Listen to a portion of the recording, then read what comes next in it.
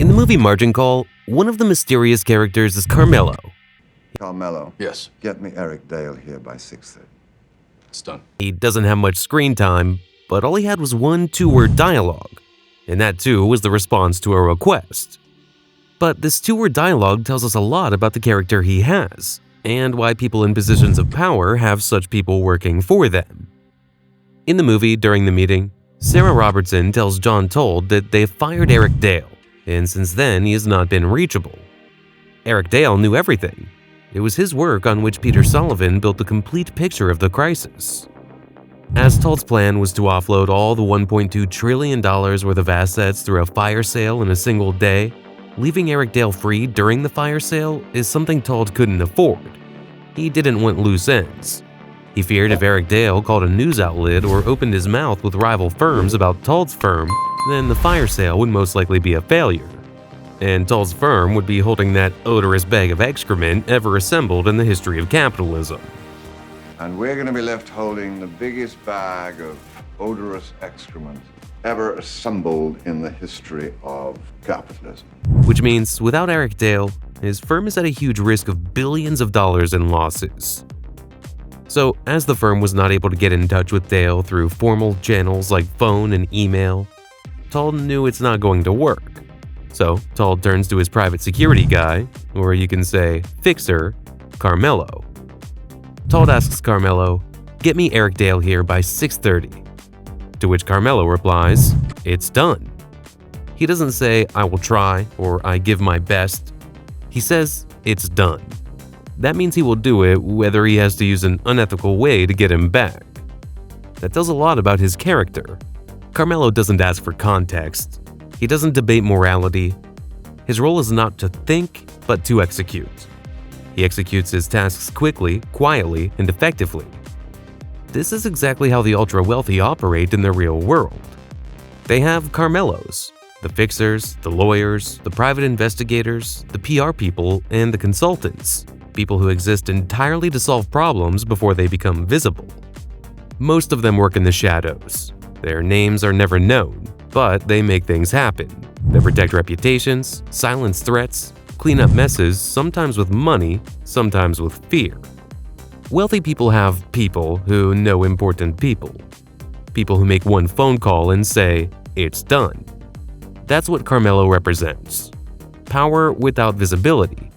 Control without credit. Ruthlessness without noise. He doesn't wear a suit on the trading floor. He doesn't argue in boardrooms. But when someone like John Tuld needs something impossible to handle, Carmelo is already on it. When it came to bringing Eric Dale back, Dale wasn't interested to rejoin. He flatly refused when Will Emerson approached him. But Carmelo manages to get him back and make him sit at the office during the fire sale. Carmelo threatens Dale with stock options and health insurance and then sweetens it with a $1.5 million offer. All Eric Dale had to do was be in the office for about 8 to 9 hours, which translates to $176,471 per hour. Well, they told me they were going to drag me through hell on everything over the next 2 years. My options, my health care, or I could come back here and make $176,471 an hour to sit quietly in this room. This is how people like Carmelo work. They offer you a thing that you cannot refuse, or you have no choice but to accept it. Carmelo threatened Dale with trouble over his stock options. A stock option is the right of a holder to buy a stock at the price he got the stock option for.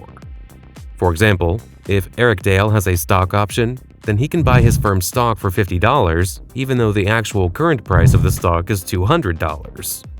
He can execute that when he has those options. But if Eric doesn't agree, then the firm can challenge a stock option and involve him in a long legal battle, even if Eric Dale is right. Now, a guy with a family who just lost his job is not going to take that risk. He already lost the job, plus if he fights, he will be spending a lot of money in legal fees. So Dale, in this situation, did not have a choice. Second is health insurance. When someone in the US gets fired from a job that provided them health insurance, they don't immediately lose their health coverage. Instead, they are eligible for something called COBRA. It allows ex-employees to continue their employer-sponsored health insurance for a period of 18 to 36 months. That's a financial and emotional pressure point, threatening not just his own security, but his family's well-being.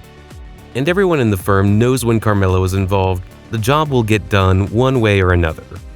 Sam says to Will Emerson that Tuld's people shouldn't reach Dale first, and he sends Will Emerson to convince him. That tells us that Carmelo will be ruthless to get him back. When Eric Dale refuses Emerson's suggestion to come back and leaves, before leaving he says to Eric Dale, "You have a nice house," and says, "Some people like driving the long way home." Some people like driving the long way home. Who the f knows, right? What he meant is that we know the firm will get you back by hook or crook, but I'm asking you nicely and without threatening. But when Carmelo asks you to come back, he won't give you a choice. And exactly that is what happened as Carmelo successfully got Dale back to the office. Overall, the wealthy people have guys like Carmelo at their service. These people are ready to do anything and everything. They operate on the instruction of their boss and do not question his orders. They're there to execute and get things done by hook or crook. So when wealthy people say get it done, they don't need a plan. They just need Carmelo. Check out these two videos to understand margin call and the fire sale in the movie.